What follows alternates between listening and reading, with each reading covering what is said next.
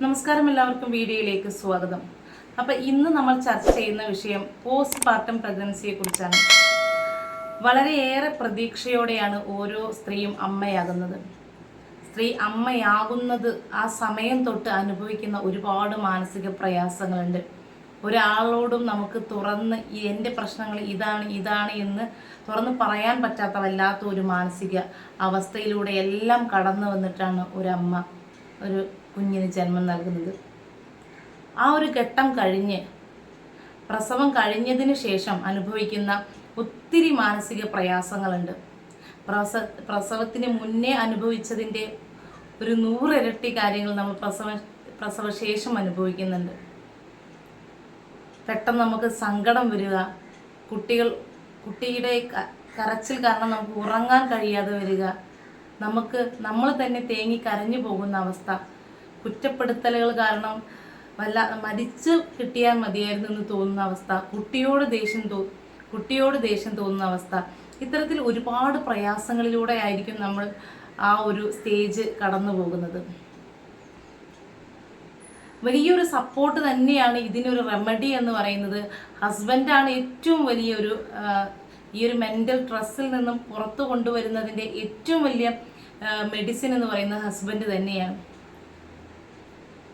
ഫാമിലിക്കെല്ലാം ഇതിൽ ഉത്തരവാദിത്വം ഉണ്ടെങ്കിലും ഹസ്ബൻഡ് ഒന്ന് ചേർത്ത് പിടിക്കേണ്ടത് വളരെ അത്യാവശ്യമായ ഒരു ഘട്ടം തന്നെയാണിത്. രാത്രിയിൽ ഉറങ്ങുന്ന സമയത്ത് കുഞ്ഞ് നിൽക്കാതെ കരയുന്നു. നമുക്കാണെങ്കിലും ഉറക്കം വരില്ലേ, ഉറക്കം വന്ന് ഒന്ന് ചാഞ്ഞ് കിട്ടിയാൽ മതിയായിരുന്നു, അങ്ങ് ഉറങ്ങിപ്പോകുന്ന അവസ്ഥയൊക്കെ ആയിരിക്കും. അപ്പോഴായിരിക്കും കുട്ടി നിൽക്കാതെ കരയുന്നത്. കുട്ടിയുടെ കരച്ചിൽ കാരണം നമുക്ക് ഉറങ്ങാനും പറ്റുന്നില്ല, എങ്കിൽ ഉറക്കം വന്ന് കണ്ണടഞ്ഞു പോകുന്ന അവസ്ഥ. കരഞ്ഞുകൊണ്ട് നമ്മൾ കുഞ്ഞിനെ ഇങ്ങനെ താരാട്ട് പാട്ട് പാടുന്നുണ്ട്, സങ്കടം വരുന്നുണ്ട്, എന്ത് ചെയ്യണമെന്ന് അറിയുന്നില്ല. ആ സമയത്ത് ഹസ്ബൻഡ് ചിലപ്പോൾ കൂർക്കം വലിച്ച് കിടന്നുറങ്ങുന്നുണ്ടാവും അല്ലേ. അങ്ങനെയൊന്നും ചെയ്യരുത്. കാരണം കുഞ്ഞിൻ്റെ കരച്ചിൽ എന്തായാലും കേൾക്കാണ്ടിരിക്കില്ല. ചിലർ കേട്ടാലും കേൾക്കാത്ത പോലെ ഉറങ്ങുന്നവരൊക്കെ ഉണ്ടാവും. എണീറ്റ് കഴിഞ്ഞാൽ കുഞ്ഞിനെ എടുക്കേണ്ടി വരുമോ എന്ന ഒരു ചിന്ത കൊണ്ട് ഉറക്കം നടിക്കുന്നവരുണ്ടാവും. ദയവ് ചെയ്ത് അങ്ങനെയൊന്നും ചെയ്യരുത്. എത്രത്തോളം പ്രയാസത്തിലൂടെയാണ് സ്ത്രീ കടന്നു വന്നിട്ടുള്ളതെന്ന് ഒന്ന് ചിന്തിക്കുക. നമുക്ക് പ്രവചിക്കാൻ പറ്റുന്നതിലപ്പുറം കാര്യങ്ങളിലൂടെ ഒക്കെയാണ് അവർ കടന്നു വന്നിട്ടുള്ളത്. അപ്പോൾ കുഞ്ഞ് രാത്രിയിലൊക്കെ കിടന്ന് കരയുന്ന സമയത്ത് നമുക്ക് ചെറിയ ചെറിയ ഉത്തരവാദിത്തങ്ങളൊക്കെ ഉണ്ട്. അതൊക്കെ ഒന്ന് ചെയ്തു കൊടുത്താൽ തന്നെ ഒരു സ്ത്രീയുടെ മനസ്സിൽ പകുതി സമാധാനം കിട്ടും അല്ലേ. ആ കുഞ്ഞിനെ ഒന്ന് കരയുന്ന സമയത്ത് അമ്മയുടെ കയ്യിൽ കുഞ്ഞ് കിടന്ന് കരയുന്ന സമയത്ത് അമ്മ വളരെയധികം പ്രയാസത്തോടു കൂടി കുഞ്ഞിനെ ഉറക്കുന്നുണ്ട്, അമ്മയ്ക്ക് ഉറക്കം വരുന്നുണ്ട്. ആ സമയത്ത് ആ കുഞ്ഞിനെ ഒന്ന് വാങ്ങിച്ചു നോക്കിയേ, എന്തോ വലിയൊരു സമാധാനം. അത് പറഞ്ഞറിയിക്കാൻ പറ്റാത്തൊരു സമാധാനമായിരിക്കും സ്ത്രീയെ സംബന്ധിച്ചിടത്തോളം. അപ്പോൾ ആ കുഞ്ഞിനെ ഒന്ന് വാങ്ങി കുറച്ച് സമയം കുഞ്ഞിനെ ഒന്ന് തോളിലൊക്കെ ഇട്ട് അങ്ങോട്ടും ഇങ്ങോട്ടും ഒക്കെ നടന്ന് കുഞ്ഞിനെ ഒന്ന് സമാധാനമായിട്ട് ഒന്ന് ഉറക്കി കൊടുത്ത് അങ്ങനെയൊക്കെ നിങ്ങൾ അവരെ ഒന്ന് സ്കഫോൾഡ് ചെയ്യണം. ഓക്കെ, എങ്കിൽ മാത്രമേ ആ ഒരു പീരിയഡ് വളരെ ഗംഭീരമായിട്ട് കഴിഞ്ഞു കിട്ടുകയുള്ളൂ. വല്ലാത്തൊരു മാനസിക പ്രയാസത്തിൽ ചിലപ്പോൾ ഹസ്ബൻഡിനോടും അതുപോലെ കുഞ്ഞിനോടൊക്കെ തോന്നുന്ന ആ ഒരു അകൽച്ച, അത് എന്തുകൊണ്ടാണ്? നമ്മൾ ആരും ആ പ്രസവിച്ച സ്ത്രീ ആ കുഞ്ഞിനെ കൊണ്ട് ഒരു നേരം പോലും ഉറങ്ങാൻ കഴിയാണ്ടിരിക്കുന്ന സമയത്ത് ഒരാൾ പോലും ഒരു ചെറിയ സഹായം പോലും ചെയ്യാതിരുന്നാൽ അങ്ങനെയുള്ള മാനസിക സംഘർഷത്തിലൂടെ അവർ കടന്നു പോകും. അപ്പോൾ പറയാനുള്ളത് ഭർത്താക്കന്മാരോടും അതുപോലെ ഫാമിലിയോടൊക്കെ പറയാനുള്ളത്, അറിയാലോ, അമ്മമാരോടൊന്നും പ്രത്യേകിച്ച് പറയാനുണ്ടാവില്ല. ഇത്രയും കുഞ്ഞുങ്ങളെ പ്രസവിച്ച് എല്ലാ വിഷമത്തോടെയും കടന്നു വന്നതായിരിക്കും. എങ്കിലും അതിനേക്കാളൊക്കെ ഉയർന്നു നിൽക്കും ഒരു ഭർത്താവിൻ്റെ സാമീപ്യം.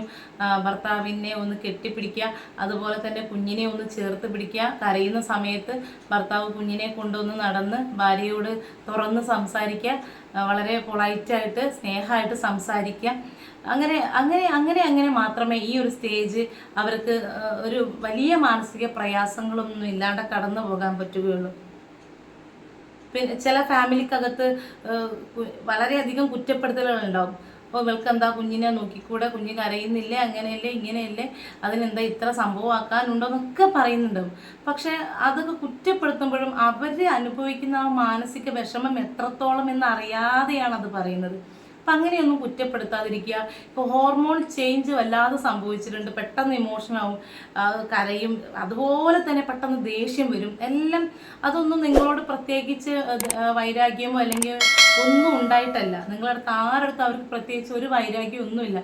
ഈ ഹോർമോൺ ചേഞ്ച് കാരണം സഡൻലി സംഭവിക്കുന്ന ഓരോ കാര്യങ്ങളാണ് അതൊക്കെ.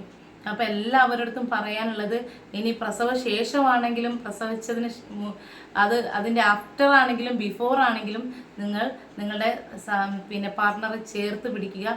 ഈ ഒരു സ്റ്റേജൊക്കെ വളരെ മനോഹരമായി കടന്നു പോകാൻ നിങ്ങളുടെ സാമീപ്യവും സ്നേഹവും വളരെ അനിവാര്യമാണെന്ന് പറഞ്ഞുകൊണ്ട് ഈ വീഡിയോ അവസാനിക്കുന്നു. മറ്റൊരു വീഡിയോയിൽ കാണും വരെ ബൈ.